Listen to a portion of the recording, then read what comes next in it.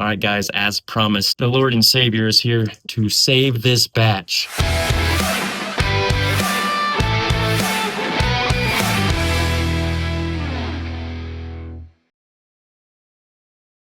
What batch are we saving? Well, we're not saving it. It's a lost cause. It has been sitting for about 2 weeks and has only burned through maybe 12 points of gravity. It's stuck. It's stalled. I don't see it going much further, even after he added a half a packet of EC 1118. Still didn't do anything because this guy was so hell-bent on having the wine be fermented from the candy. He didn't take into account all the shit in that candy literally is choking the yeast, stopping them from fermenting. If you don't remember, in the episode I said, I think he's making a big mistake. He was. So how are we going to fix that? Oh, that's simple. We're pretty much going to do everything we did on the first episode, except put the candy in. We're just going to do this real quick. We're doing a 1/4 teaspoon of Go Firm in some lukewarm water. You know this process. You saw him do it the first time, so I'm just going to talk to you while we're doing this. We have given up all hope on this Jolly Rancher wine. I gave up hope before it even started. I knew it wasn't going to ferment. You really think the yeast was going to eat through all that? So, just like the first time,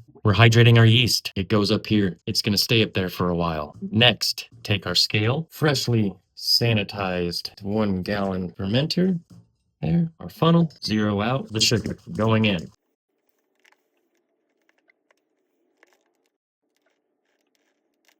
One and a half pounds of sugar in the fermenter. We don't need the scale anymore. We need to get water in here. 96 fluid ounces of filtered water. We're going to pour it into the funnel to get all the excess sugar in and into there, and then we're going to stir it. Now we're going to take our fancy little, this is actually meant to degas, but I'm going to use it to stir. This is kind of pointless. I just need to put a bung on it and shake it. So that's what we're gonna do. So this is what I called a sugar wash. This is just sugar water. And we're gonna throw in some nutrients and we're gonna throw in our yeast, but we're going to do that as our base, as our foundation, and we're gonna ferment this. Hopefully this will come out to about 13.5% roughly. And after this sugar wash is done, the sediment has fallen, and we're gonna rack into another carboy full of about 1 pound of blue raspberry Jolly Ranchers. So we already have our alcohol on hand. We're just dissolving our Jolly Ranchers in said alcohol, not trying to ferment the Jolly Ranchers into alcohol. So now we're just going to add the remainder of our water. I need more water. All right, so change of plans. I went ahead and added another half a pound of sugar because our gravity was way too low. It would be underneath 10%.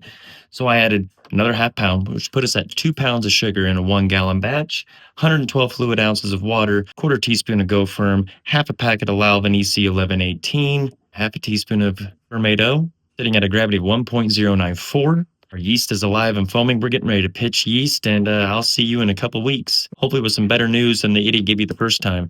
See you then. All right, so he may have taken over the initial part of this episode, but I'm going to hijack it the second part because we have something going on. Our Jolly Rancher that I thought was a fail is fermenting again. This is our Jolly Rancher Blue Raspberry wine. This is a sugar wash. This is still warm because it was sitting on the heating pad, but 2 completely different looking batches. You guys know that the last time we talked about it, this was actually not fermenting much at all. So on September 14th, this was at 1.090. It had started to clear. I sloshed it around. I think that was in a short. It didn't start settling out again. It stayed cloudy. Generally, if fermentation's done, you can swirl it within like a day or two. You'll see it start to clear out again. This one wasn't doing that, and the airlock is bubbling. Now, I know that might not mean anything. That could just be off-gassing, but the fact that it hasn't started to clear out again as well has me wondering. This is the sugar wash, which is getting more blue raspberry Jolly Rancher candy, but we want to see where the alcohol is on this. With the sugar wash, we're waiting till our alcohol level gets to where we want it. Then we add our candy and dissolve the candy into the alcohol or into the must, so that any preservatives or anything in the candy will not harm fermentation, because fermentation is done. I'm going to do a time lapse of me getting gravities on both of these. I'll let you know what we're going to do after that and see where both of these are sitting. See you in a minute.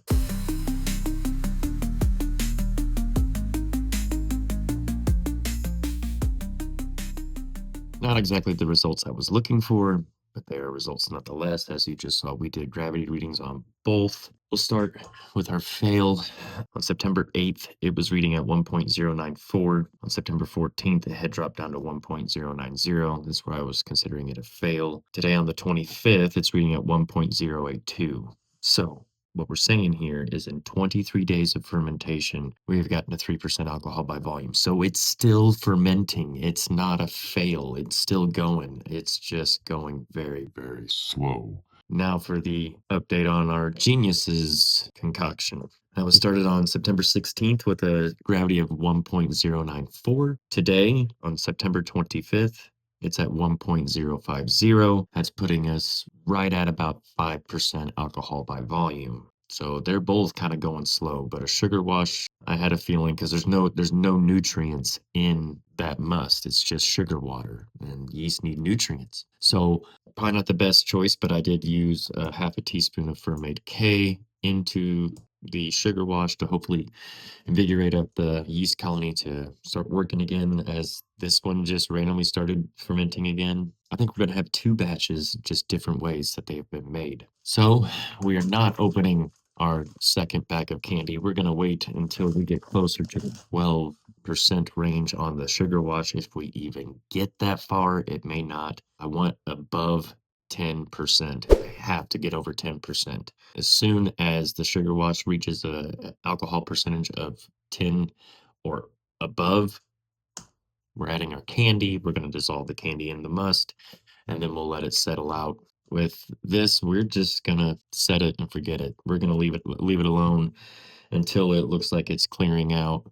Hope for the best. This is only at 3% alcohol by volume, so this has quite a bit of ways to go. I would say we're probably not going to see updates on these Jolly Rancher wines for quite some time. If you're joining us in the future and there already is a part 3, I'll tag it here.